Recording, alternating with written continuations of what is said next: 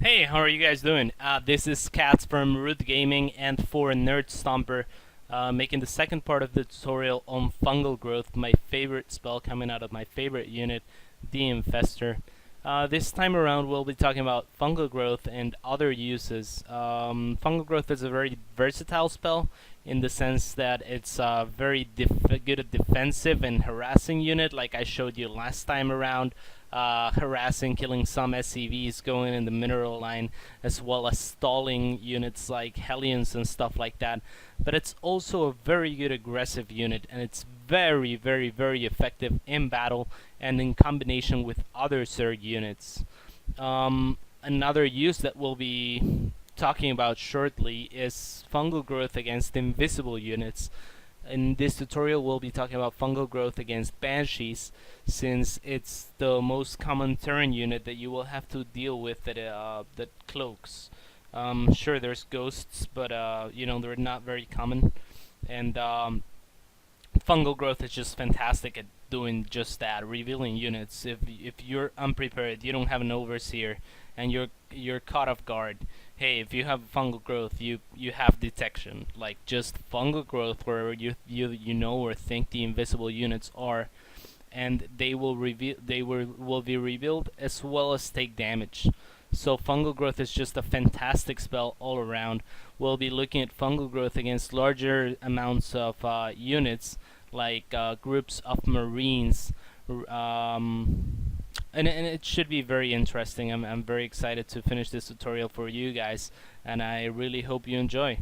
Well, this replay was kind of just playing in the back so that you wouldn't get too bored. It's a game against my friend Phoenix from Peru.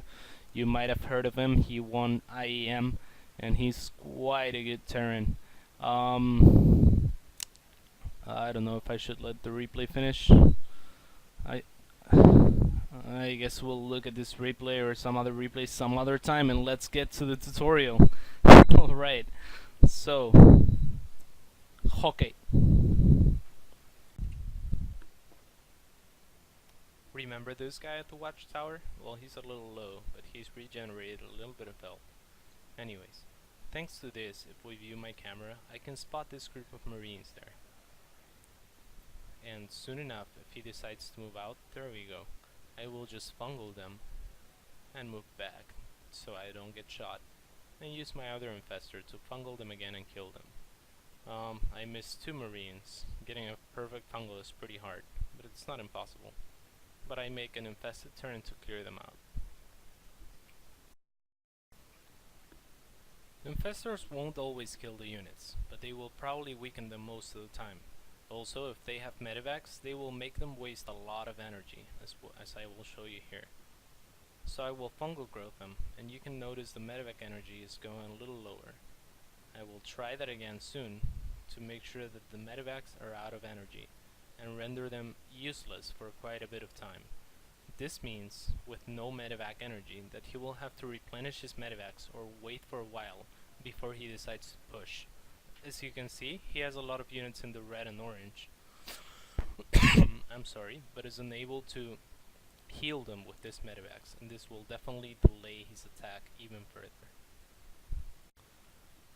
Another thing that I really like doing is keeping an infestor in my main base, and sometimes in other expansions. The reason I do this is to stop drops and harass. Even if your units are out of place, the infestor will usually be able to fungal growth and stop the attack until reinforcements arrive. Also, infested turns are pretty good at clearing the air, and air units such as medivacs, banshees, or Vikings. So that stopped that Hellion harassment with almost no units lost. Another thing that's pretty awesome about infestors is they provide detection. Against Terran, there's not really that many cloaked units except for the Ghost and the Banshee. The Banshee is the more common one, so we'll use it for this example. There are some 3 Banshees and 3 Vikings, so I will fungal growth Banshees and provide detection for my infested turns to finish them off, as well as the fungal growth not allowing them to run. So we could see how 3 infestors could kill a whole bunch of their units. Yes, I wasted a lot of energy, so to say, but these infestors will replenish their energy soon enough, and they will be just brand new units. Infestors and banelings. That is also a very strong unit composition. So you can see Stalaith, my opponent, has a clear army advantage on me, as you can see right here in the army tab. And if you take a look at his army, he has a lot of stuff, and I only have this, plus a couple of infestors, 3 infestors, and Muta that are way off position. They're just trying to harass his base. So, let's see how this battle goes.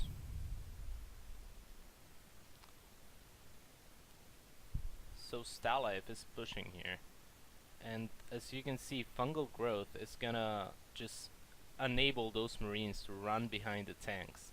If the marines were not fungal growthed, they could have run behind the tanks, and the banelings would have done minimal damage to the tanks, while all the marines would have stayed alive, and there is no way I could have held this attack. So as soon as I saw this, I brought my Muta all the way back, and just to clear this attack up and to show you how effective fungal growth and banelings can be against bioballs. So again, what you want to do against bioballs is just fungal growth them and just unallow them to run behind the tanks, so that you can explode your banelings and do as much AoE as possible.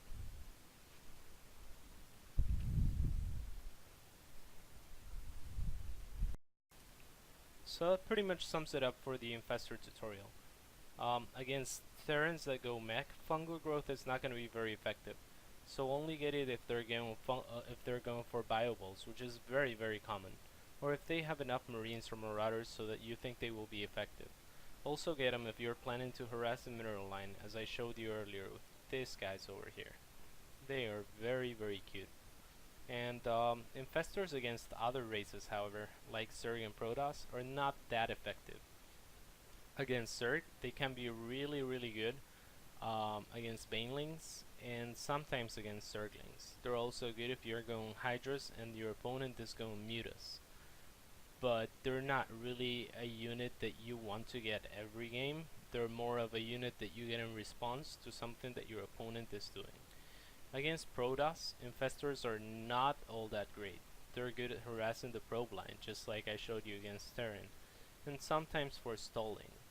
Neuroparasite is good against Colossus, but this tutorial was about fungal growth, and infestors are not great against Protoss for this reason. Of course, they will provide detection against Dark Templars and things like that, but that's about it. Oh, and against Zerg, you can also use them to battle roaches with Hydras. Hydras have the better range, so you can fungal growth roaches, and then the Hydras will be in range of the roaches while they're fungal growthed and unable to attack back.